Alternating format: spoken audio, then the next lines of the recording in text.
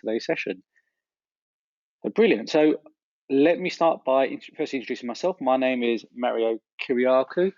I am the co-founder of Ratio. We're a digital customer experience agency. We work with clients to design ideal customer experiences and put these live across digital channels. And today's topic is something which we and Charlie from Agilic, we've been talking about this for a while now, is around humanizing the customer experience. So how do we deliver a far more personal experience for your customers based on what we know about them? So let's run through today's session. So briefly, before we get into the main part of the webinar, some of the things we're going to cover off between what I'm going to talk through today and what Charlie is going to talk through as well. We're going to explore how we can make the digital customer experience more human and less impersonal. We're going to discuss the role of AI in looking to scale those type of experiences for more and more of your customers. We're going to look into why data is important, but why data density is, in our opinion, more important. How you can leverage technology to act in real time based on the data that you're collecting and capturing and the signals that you're picking up on your customers. We're going to look at how you can begin to drive connected experiences across multiple channels and how you can begin to build customer profiles to help execute on some of these things we're talking about today.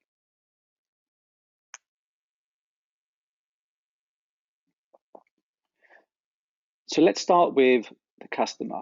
Typically, when I'm talking about this subject, either with webinars or with our own clients, sometimes the things that get thrown at us is more around focusing on the technology to try and execute and achieve some of this stuff. And actually, we always say, take a step back and let's explore what does good look like from the customer's perspective.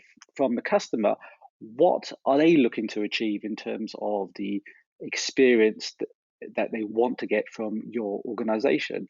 Ultimately, we want to design good around your customers. So that means putting ourselves in your customer shoes to try and define and understand what it is about each visit that they're looking to get from your organization. And we say this is important because it can be an exercise. It could almost be a philosophical exercise where you're discussing what good looks like. But really, in terms of designing it around the customer experience, around the digital customer experience, we want to figure out what do we know about them, so we can begin to figure out what does good look like. So beginning to define and understand the different customer traits that we're picking up. And I'm going to talk about how you build and talking about the concept of customer profiles in a minute. But basically, we want to capture as much information around customers as possible, because there's a tendency sometimes to look at optimizing your digital experience from the business perspective. But ultimately, a customer isn't necessarily looking to purchase a product on each and every interaction with you as an organization. They have different reasons for returning and interacting with you.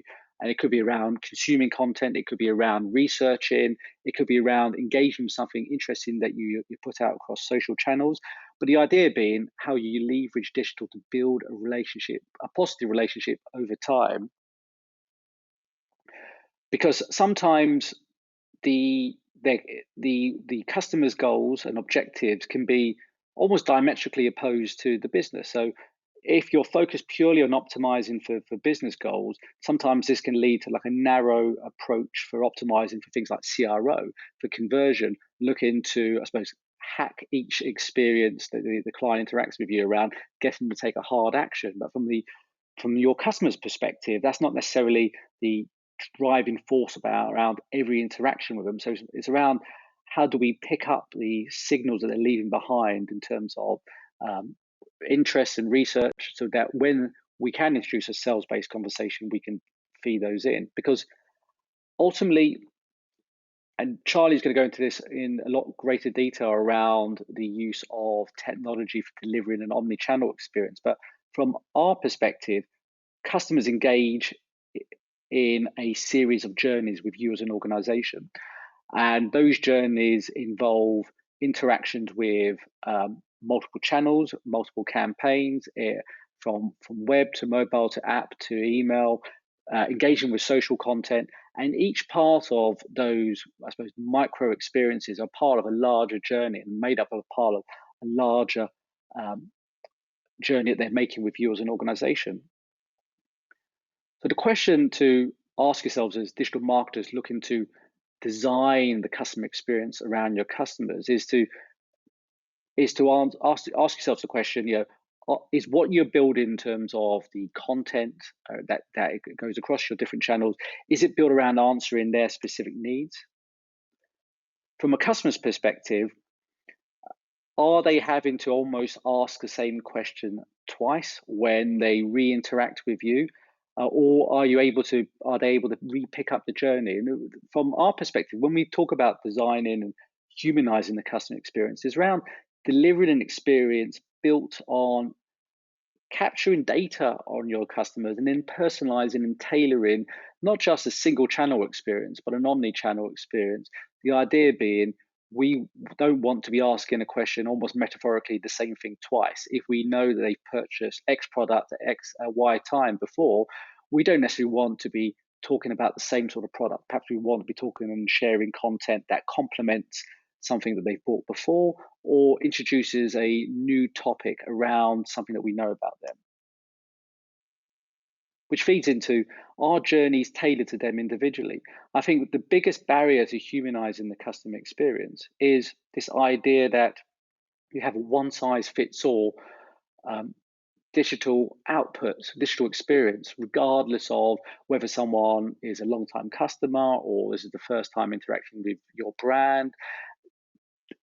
One-size-fits-all experience is something very difficult to deliver, something quite human. If you was to have the offline analogy, if you got to know someone personally and you listen to them and you ask them the right type of questions, you listen for the answers and your response would be based on what they are telling you. You wouldn't just be parroting and saying the same thing over and over again. And very much our perspective for trying to humanize that experience is trying to do something similar digitally at that scale. Another part of humanizing that experience is, again, to reduce friction. One of the reasons why we believe by personalizing and tailoring customer touch points and customer experiences is important, because it also feeds into this idea of reducing friction, because we can reduce steps or put the right content to the right individual at the right time and help them get to where they want to go much, much quicker. As I alluded to before, a good experience isn't necessarily, from the customer's perspective, all about getting them to convert as quickly as possible, because not every time they're in the market for purchasing a product.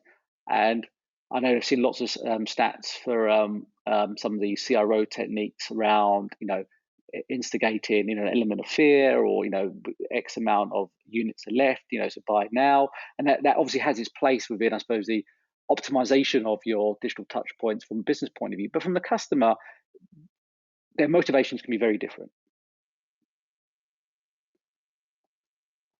But how do we begin to translate this into reality? And data is your foundation for beginning to build out the type of approach and giving you information that you need to do this. And we always say, start by looking to analyze what type of data you have in your customers. But it isn't just about collecting some data, it's about data density, it's about the quality, it's about, if this was a football team, you'll be looking at your bench and asking yourself, do we have strength in depth? And it's the same thing applies to data.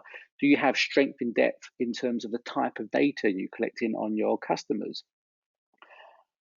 And we always like to use the analogy of a single customer profile. And this could be, a single data framework or building out single data sets for customers. But the idea being to build out single views, rich data views on your customers, collating all the information that you know about your customers, from the type of campaigns they're interacting with, the sources that are bringing them into your, I suppose, digital ecosystem, the content that's being consumed, the products they've purchased, their areas of interest, collating all this into a single data set, and then looking at this as the foundational point for then building out those customer experiences. Because once we begin to build a complete data set across all the different digital touch points that you have, we begin to design and figure out what does good look like in terms of an individual experience for each of your customers.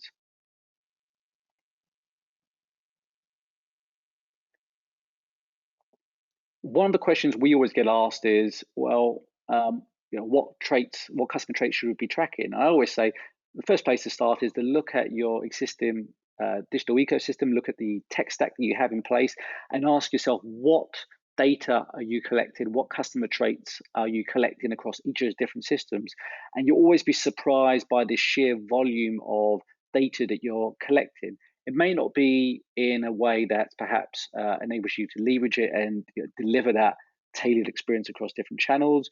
Perhaps data is siloed within individual parts of your technology stack. They're not necessarily talking to each other, but look at the different types of technology you have and figure out what is being tracked and collected within that, because there's a good foundational starting point.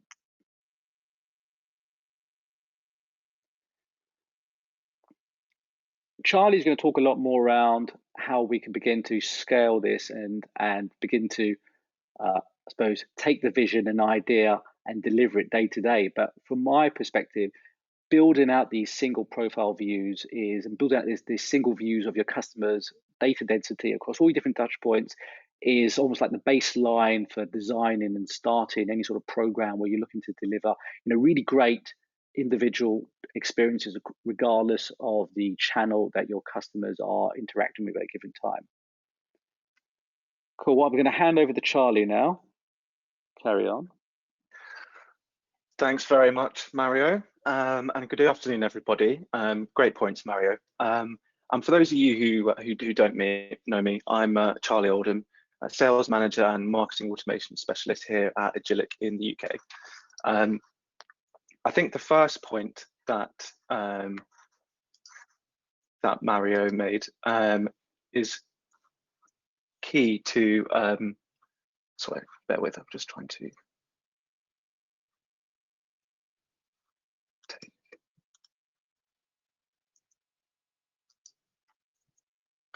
I think any marketing or customer experience related webinar isn't without at least a little bit of a joke. So in this example, how do we interrupt people with our annoying and irrelevant advertising in a more customer-centric way?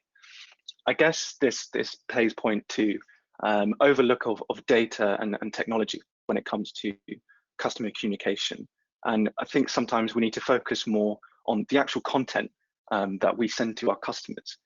Many companies pay lip service to being customer centric, but I feel don't actually put it into practice. When used primarily as a buzzword, it's no surprise the results are actually only buzzword deep.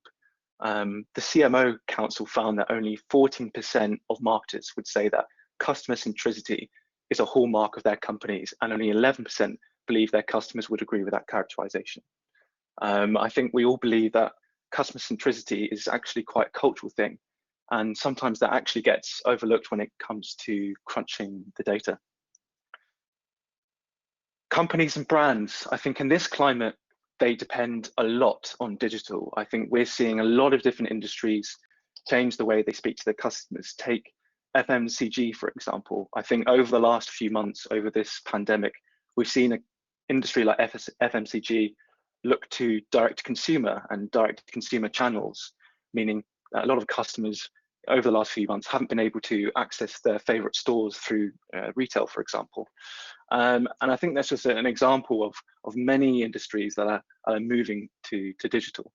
And that's one of the things we look to achieve at Agilic.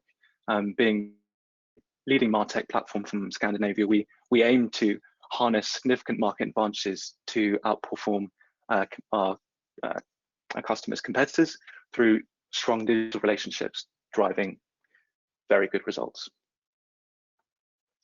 Exactly, who hasn't received the annoying types of communication we get on a regular basis by the brands that we love? Absolute bombardments, I think we would agree with. So it's all about creating those happy customers, and Agilic is the customer marketing platform to deliver those messages at the right time, at the right channel, and giving the right message. The customer is dead, long live the human being. Now, it's a little bit controversial, but I think it speaks a little bit about how we operate as businesses. We focus a lot on the single customer view, omni-channel nirvana. The customer is always right, and all this is right. But being said, sometimes I think the human element gets overlooked, and this is through the personalization and content. 47% of people are willing to spend more on brands that treat them like human beings. This is in a report researched by the agency Karmarama. People are willing to spend 32% more on brands that sort out problems for them. And people are willing to spend 32% on brands that care more about them making a profit. I think what Mary and I are trying to say is that people's brand experiences are connected. So that means the thinking and action must be too, where every experience a person has of a brand with every other experience they have of it, whether it's good or bad, every experience is connected and everything is consequential. Again, a little bit like how we interact with our friends and people on a regular basis. We remember the good people and we want to be with them more, but we also remember the bad and we be with them less. And I think that speaks a lot for unwarranted customer experiences and communication. Understandably, they want a seamless experience, and it seems now that there's an increased expectation that regardless of whether this experience is in different locations, on different platforms, or with different technology, it should be connected. Why should we think more human? I think we feel that viewing people as humans rather than customers, at least for a change, allows the brand to extend into a bigger role in their lives.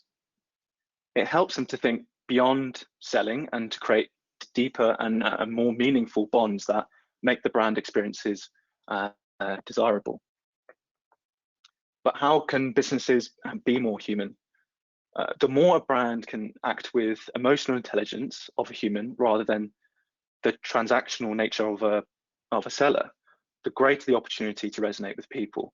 Acting with empathy allows you to adapt all the different aspects of the brand experience.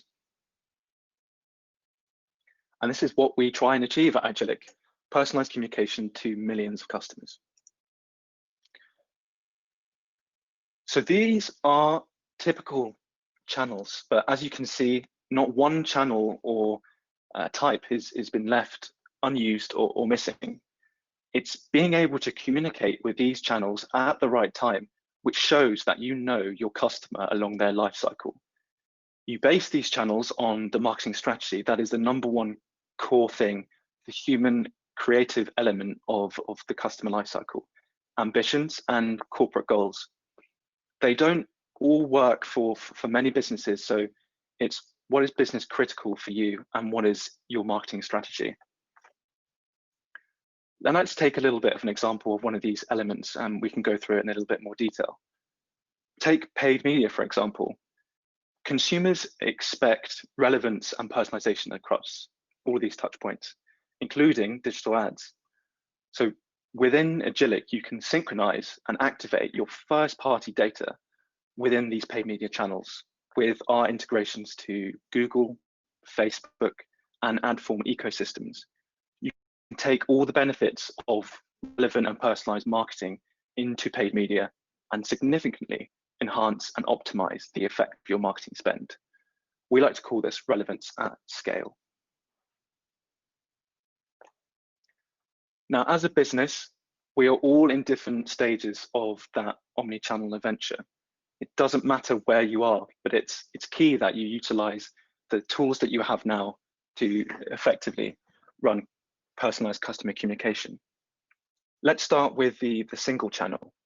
So the single channel element is the single point solution based, an email only focused, but sadly this leads to potential customer disloyalty as a one size fits many approach is implemented on that one. Now, as we move to cross-channel is the stepping stone between multi-channel and omni-channel. the fundamental difference between cross-channel and an omnichannel lies in the use of data. In cross-channel marketing, there is the recognition that the customer will switch channels many times on a purchasing journey, but these channel managers are encouraged to obtain data from other channels, since broader data will create better results for personalization and segmentation. But at this stage, customer-centric organization is not in yet, is not in place. So there's strong silos, and with internal rivalry and sub-optimizing of non-customer centric objectives. As we move to omnichannel, omnichannel is the next level of marketing, where the entire organization has accustomed itself to the fact that the customer's buying decisions are not linear.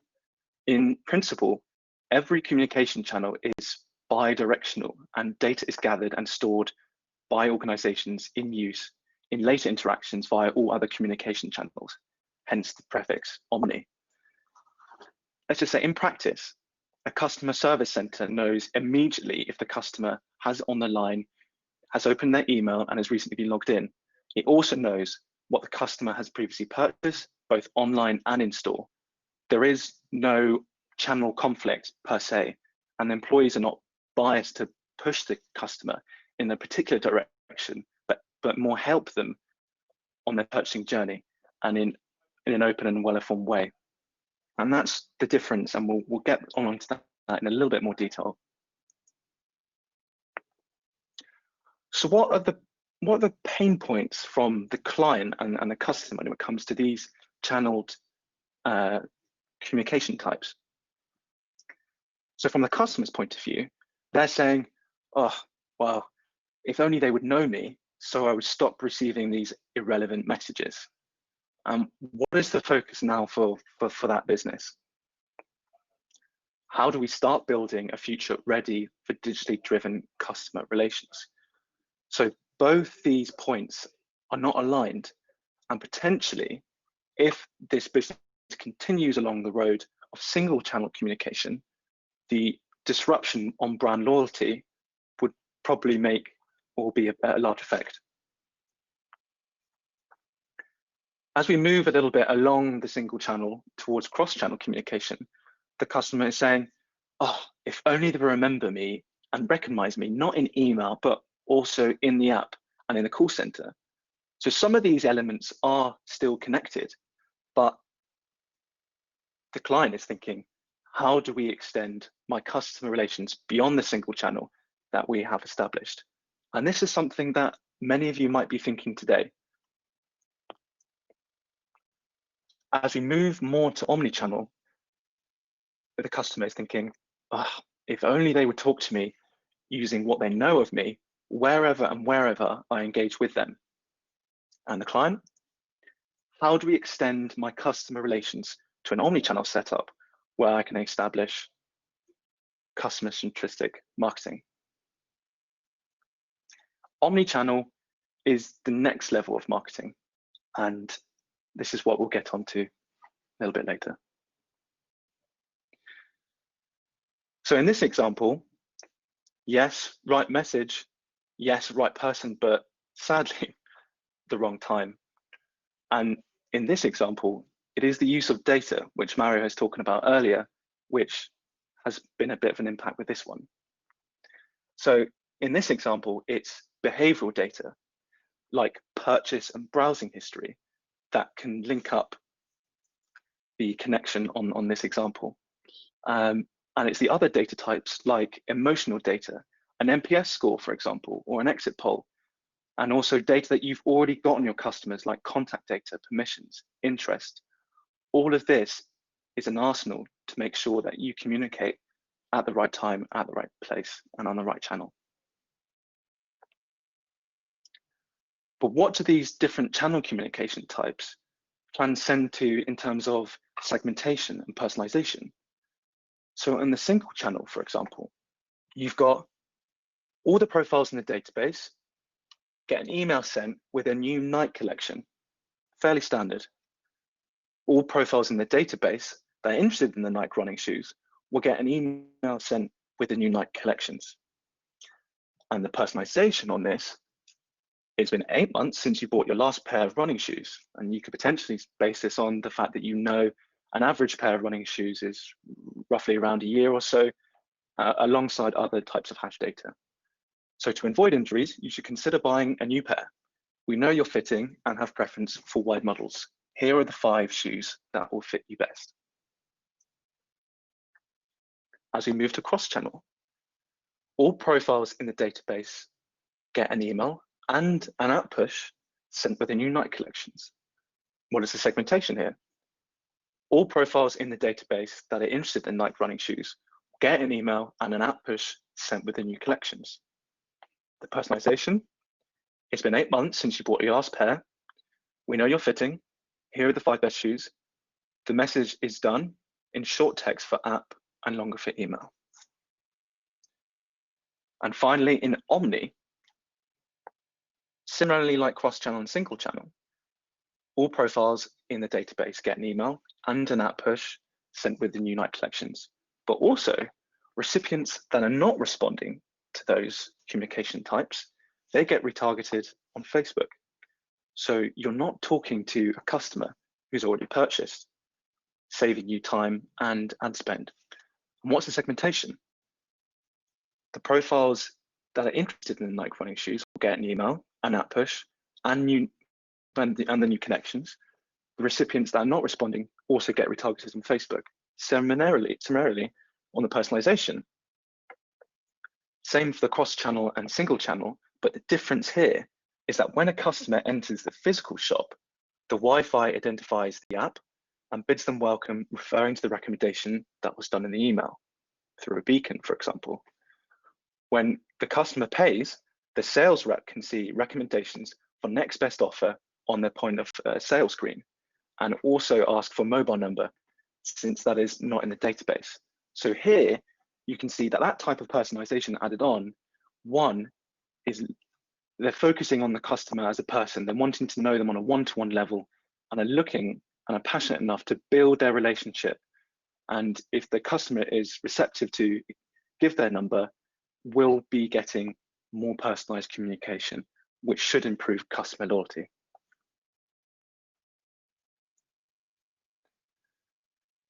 Here is an example of a simple customer lifecycle, or from a business perspective, the attract, grow, and retain stages.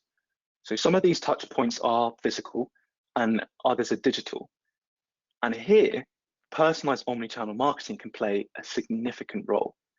So at Agilic, we are specialized in helping companies to reach their customers with these quote unquote moments of truth across all channels. And we do that with the outset in the customer lifecycle. And of course, what's most importantly is the marketing strategy and creative.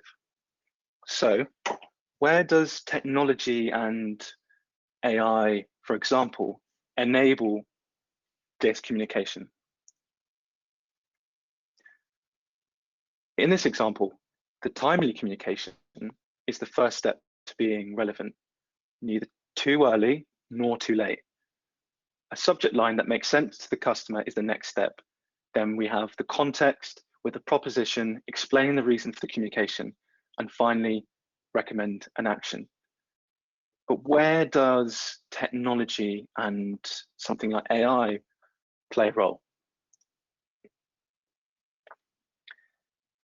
In this example, our AI module has identified a product that can be bought over and over again, repetitively, a person who has bought this product, an estimate that tells what high of a likelihood the person will buy it again very soon, a couple of potential products to replace the old one, and finally, a probability score on what store the customer was most likely is going to visit next time, giving the possibility to make communication just a little bit more personal.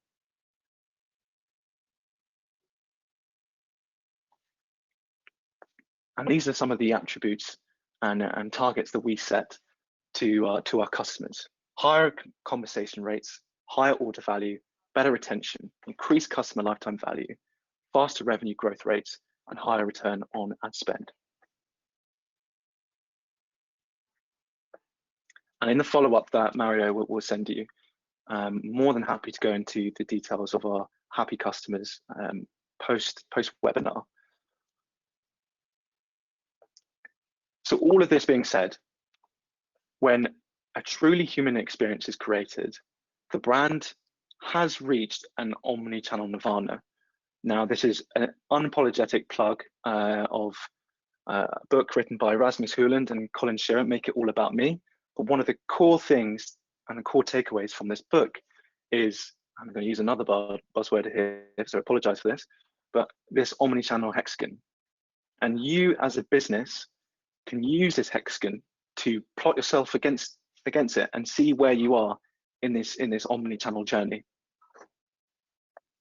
And if this communicated and acted out in a fully connected way, the brand will be able to deliver the practical information, experiences, sales in a more balanced manner, driving performance and efficiencies. This hexagon really is talking to your customers now on a humanistic level. Now, I want to go through the 6 points here in a small amount of detail.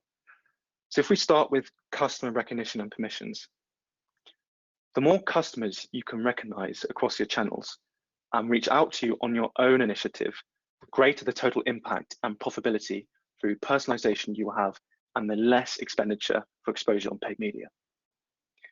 Mario's talking about, he spoke about data collection earlier. Data is your company's memory of every single customer and the prerequisite for becoming more relevant in your communication service. Customer data must be collected systematically and integrated to provide a comprehensive picture of each customer. Data analytics and AI. AI and predictive analytics provide an enabler and give an offer of granular insight into the correlations between data and desirable and undesirable customer behavior. This insight constitutes the treatment of each individual customer, as well as the prioritization and estimation of the new impact of omnichannel efforts. Customer service, communications and service, sorry.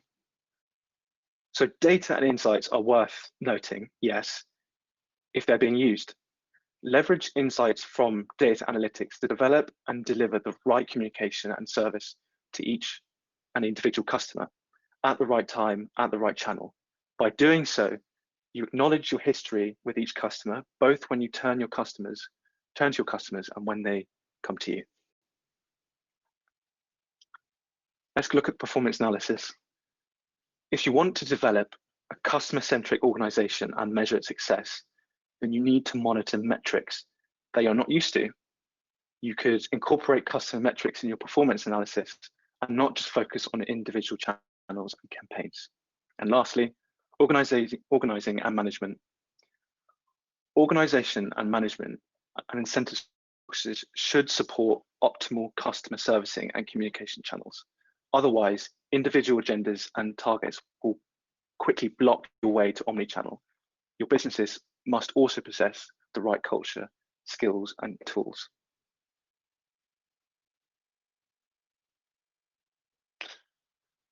Now, Mario, I think we've come to the end of our presentation, but there's just a few things that maybe a few of our give me a second. Listeners will be.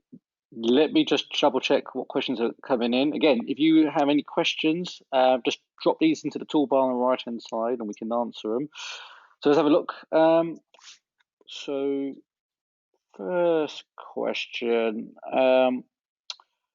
Okay, all right, Charlie. So the first question. So we're currently collecting lots of customer data, but we're not really using it to deliver the type of omnichannel experiences you described.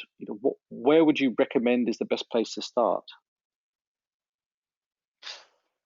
I think focus on what you have now. I think by now, your organization has an established presence in relevant digital and social channels.